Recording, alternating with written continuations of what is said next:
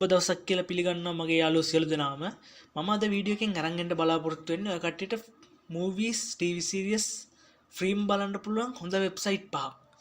එහෙනම් වැඩි කතා නැතුව අපි වීඩියෝ එකට යමු. මතක් කරලා subscribe කරලා තියාගන්න. ඒ වගේම bell icon එකත් click කරලා තියාගන්න. මගේ අලුතෙන් වීඩියෝ එකක් දාපු ගමන් ඔය කට්ටියට ලැබෙන්න. හරි.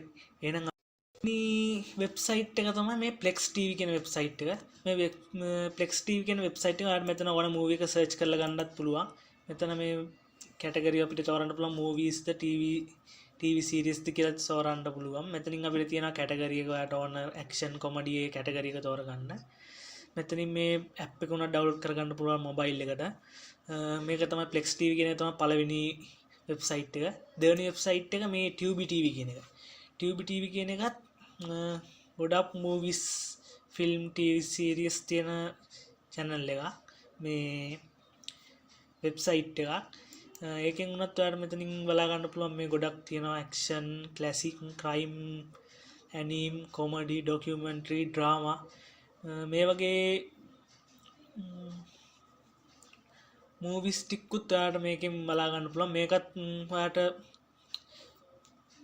online බලන්න පුළුවන් ප්‍රශ්නයක් නැතුව. මේකත් free ගොඩක් වෙලාවට free හම්බෙන්නේ.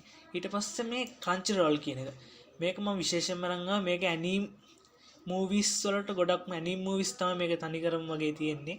ඒකින්ද මේ anime movies වලට ආස කරන කට්ටියත් මේකේ බලන්න පුළුවන්. ගොඩක් කරන මේ anime අපිට ගියාට පස්සේ මෙතනින් අපිට බලා ගන්න පුළුවන් මේ watching season 1 season එකත් එක්කම පෙන්නලා අපිට සම්පූර්ණ episode උත් එක්කම පෙන්නලා තියෙනවා. මේකත් try කරලා බලන්න. ඔයාලට මෙතනින් search කරලා ඔයාලට ඕන anime movie එකක් තියෙනවා නම් search කරලා ගන්න පුළුවන්.